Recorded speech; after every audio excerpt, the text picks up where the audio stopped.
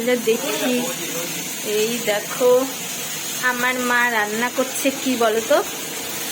এদিকে মেটে চচ্চড়ি। মেটেটা কোথায়? এই যে মেটে। মেটে অল্প, বেশি নেই।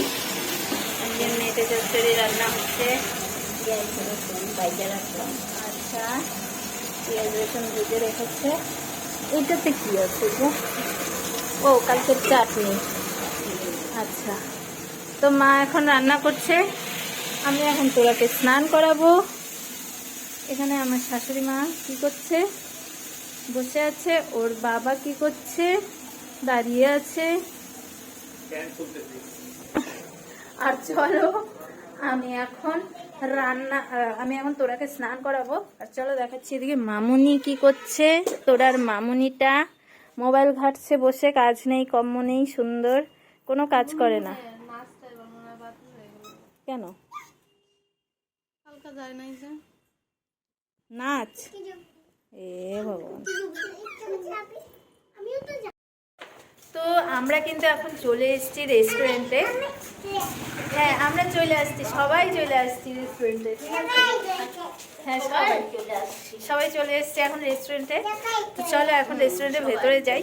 আজকে সারাদিন সেরকম কোনো ব্লগ দিতে পারিনি, তো ভাবলাম সন্ধ্যেবেলা একটু বেরিয়েছি তো একটু ব্লগ করি। তো এই দেখো, চলো এবার ভেতরে যাই। হ্যাঁ, তুমি ভেতরে যাও, চলো। আমার তো যাইতে লাগবে না প্রথমে। আচ্ছা, আসো আসো, চলো। তারপরে দেখাচ্ছি ব্যাক ক্যামেরা করে। চলো। সারাদিনের ক্লান্ত দূর করতেই কিন্তু চলে এলাম এখন রেস্টুরেন্টে। দেখো এদিকে ছোটো বৌদি আর মাকে নিয়ে চলে এসেছি রেস্টুরেন্টে। বাকি রইলো আমার বাবা। আমার বাবা রেস্টুরেন্টের জিনিস পছন্দ করে না, অপছন্দ, সেই জন্য কিন্তু বাবা আসেনি। আর আমার শাশুড়ি মা আর তোমাদের দাদাভাই বাড়িতেই আছে, ওরা কেউ আসেনি। তো আমরা তো এসেছি কারণ কি বলো তো, সারা দিন এত মা আর ছোটো বৌদি আমার কাজে এত হেল্প করছে যে আমার অনেকটা কাজ কমিয়ে দিয়েছে। অনেক কাজ আমার করতে হচ্ছে না।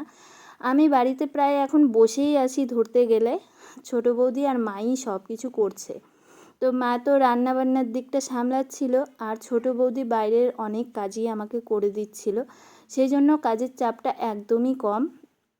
যেহেতু কালকে তোরা জন্মদিন গেছে, সেই জন্য কিন্তু মাটন অনেকটাই থেকে গেছিলো। সেই জন্য মটন আর মেটে চচ্চড়ি হয়েছিল বাড়িতে। আর হচ্ছে সকালে যা খাবার বড়া সড়া, এগুলো কিছুই তোমাদেরকে দেখানো হয়নি, কিছুই ভিডিও করা হয়নি। অনেক কিছু সারাদিন অনেক হইচই, অনেক আনন্দ, অনেক মজা করেছি, কিন্তু সেগুলো কিছুই তোমাদের সাথে শেয়ার করা হয়নি, কারণ ভিডিও করতে একটুও মনে ছিল না। সেই জন্য আর ভিডিও করা হয়নি। যাই হোক, ভাবলাম যে সন্ধেবেলা চলো সবাই একটু ঘুরে আসি।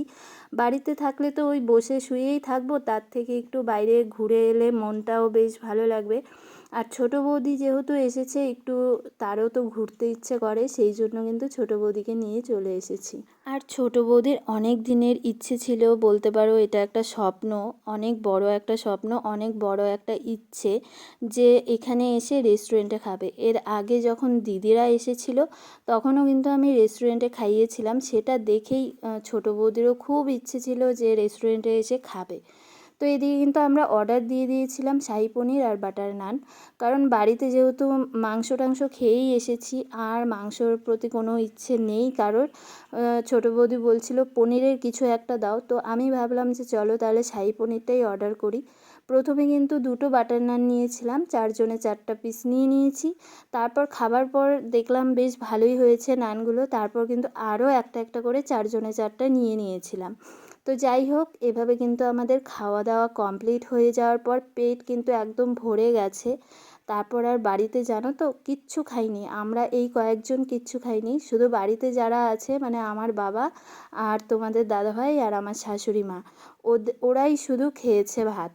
বাড়িতে করেছিলাম হচ্ছে ধনিয়া পাতার বড়া, আর হচ্ছে ভাত, ডাল, আর আর কি করলাম, আরেকটা কিছু ডিমের মামলেট, ডিমের মামলেট, এইগুলো করেই কিন্তু বাড়িতে ওরা খেয়েছে আর আমরা এই খেয়েছি। তো খাওয়া দাওয়ার পর তো ভালোই লাগলো। বৌদি বলছিল খুব সুন্দর খেয়েছি, রেস্টুরেন্টে এসে এত ভালো খাবার আমি কখনোই খাইনি। এর আগে কালী পুজোয় তোমরা দেখেছো যে যা খেয়েছি মানে উল্টি আসছিল, মানে এগুলো খাওয়ার থেকে আমার টাকাটাই বেকার গেছিলো। তার থেকে যদি বাইরে কিছু একটা খেতাম, এগরোল বা মোগলাই কিছু একটা খেলেও বোধহয় পেটটা ভালোভাবে ভরতো আর ভালোভাবে খেতে পারতাম। ফুটপাতে খেলেও বাইরে কোনো কিছু খেলে ঠিক থাকতো, কিন্তু এখানে ওখানে যে খেয়েছি সেটা একদম বাজে ছিল। খাবার এক্সপিরিয়েন্স একদম চলে গেছিলো। বৌদিকে বলেছিলাম যে তুমি আমাদের এখানে এসো, আমাদের এখানে এলে তোমাকে আমি রেস্টুরেন্টে খাওয়াবো আর তুমি বলবে যে কেমন খেয়েছো। তো বৌদিকে জিজ্ঞেস করছিলাম, বৌদি বলল ভীষণ ভালো খেয়েছি। কেমন হয়েছে শাহী পনিরটা? দারুণ ছিল না? মার কাছে কেমন লাগলো? ভালো লাগছে? হ্যাঁ, তখনও খুব টেস্ট ছিল। তো যাই হোক, খাবারটা সার্থক হলো, সবারই ভালো লেগেছে। এখন চলো বাড়িতে যাই। আবার দোকানে ঢুকবো, একটু তোরার জন্য একটা ড্রেস দেখবো, চলো, যেটা মা বাবা গিফট করবে। আর মা বাবা তো কালকে টাকা দিয়ে দিয়েছে বার্থডেতে, আজকে কিনে নিব। চলো যাই দোকানে, দোকান থেকে দেখছি।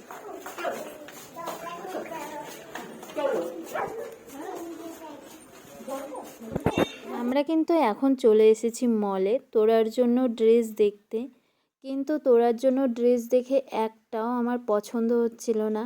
আর যেহেতু হেঁটে এসেছি অনেকটা রাস্তা, সবারই গরম লেগে গেছে। মা তো সোয়েটার খুলেই ফেলছিল, আমি তো সোয়েটার কুর্তি পরেছি সেই জন্য আর খুলতে পারছিলাম না। বৌদিও কিন্তু সোয়েটার প্রায় খুলেই দিচ্ছিল।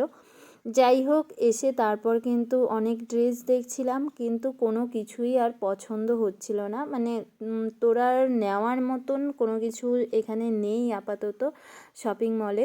তারপর কিন্তু বাইরেও দেখেছি, কিন্তু বাইরেও মানে সেরকমভাবে দেখতে পারিনি, কারণ অনেকটা রাত হয়ে গেছিলো, তখন 10টা প্রায় বেজে গেছিলো। আর এদিকে তোরাও কিছু খায়নি, আমার ছোটো ভাস্তি বনিটাও কিছু খায়নি, গুনগুনেরও প্রচণ্ড খারাপ লাগছিলো।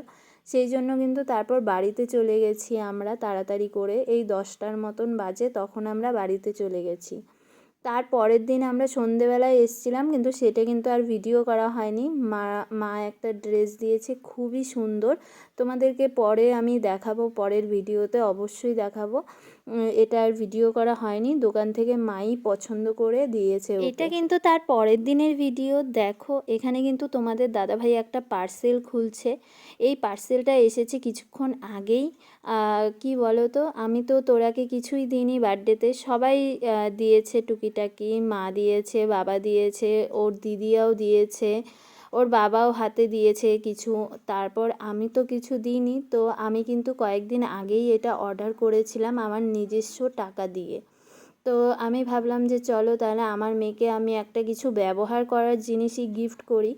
আসলে মেয়েকে দেওয়া মানে আমাদের ঘরেই রাখা। আসলে মেয়ের ড্রেস এত হয়ে গেছে যে ওর ড্রেস কোথায় রাখবো কিছু খুঁজে পাচ্ছিলাম না, সেই জন্য এটা একটা ছোট্ট জিনিস আমি অর্ডার করেছি। আর জিনিসটা কিন্তু প্রচণ্ড ভালো ছিল।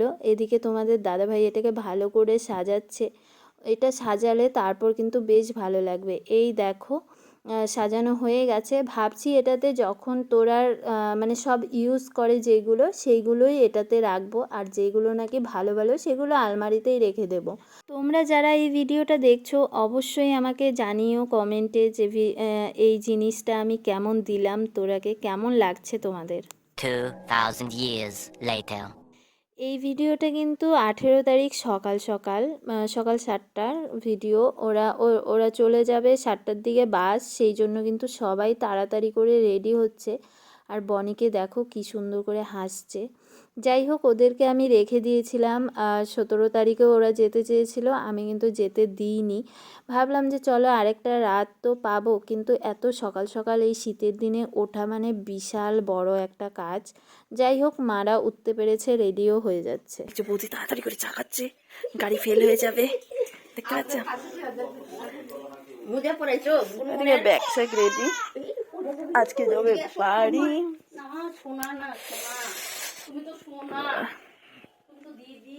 এদিকে বাবা রেডি, 5 কটা, 5 মিনিট 7টা। আমার মোবাইলই জীবন। হ্যাঁ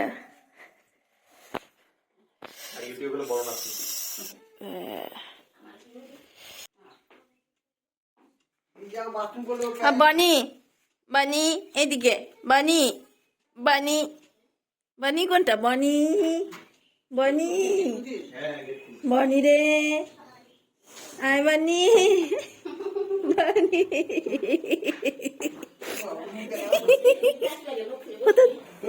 এক মিনিটের জন্য ফেল হবে সেদিনের মতো। না না ফিল হবে না এখন এমনি তো আমার পামসুগুলোই বার করতে লাগবে। গুনগুন দেখি দেখি দেখি এই তো গুনগুন রেডি। আর দেখো আমার মেয়েটাকে তোরাকে এখনো তোরা ঘুমোচ্ছে। তাহলে বাবু আবার কবে আসবা? দিদি আসলাম, একটু চাপ চুপ দিয়ে গেলাম, আমি ব্যস্ত করে গেলাম। না দিদি খুব ভালো লাগলো আপনার ব্যাপারটা, আপনি যে আসছেন কাছে এই যে কথাবার্তা দিচ্ছি সেটাই ভালো লাগছে। বনি বনি আবার আসবা মাম্মা? তুমি আবার আইছো আমার বাড়িতে? হ্যাঁ পিচি বাড়িতে আবার আসবা? হ্যাঁ আবার আসবা? আর কি? এটার মুখা নাই, এটার মুখা আর কিছু আছে? আর কিছু আছে নাকি বৌমা?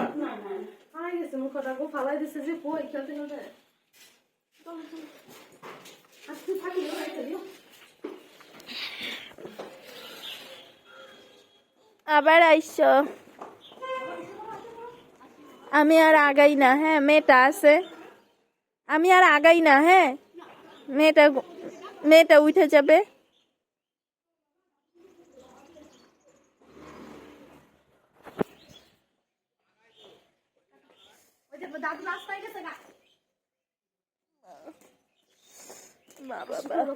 टाटा ভালোভাবে থাকো, अच्छे से रहना, ठीक से रहना।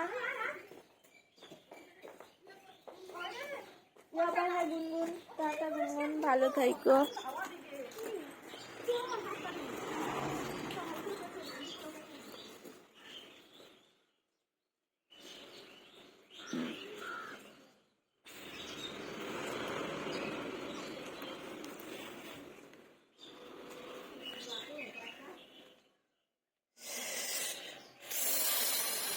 দেখো হালকা হালকা রোদ উঠতেছে এখন গাইস।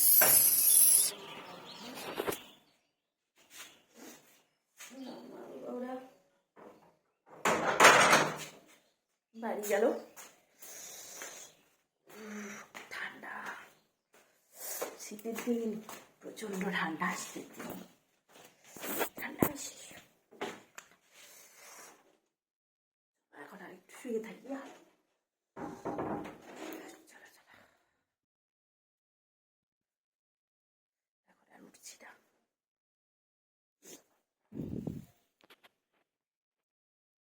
আজকে আমার বিছানাগুলো খালি, ফাঁকা। আমার মা বাবা বৌদি আমার দুই ভাস্তি এখানে ঘুমাইছিল। ভীষণ ফাঁকা ফাঁকা লাগবে আজকে, জানো।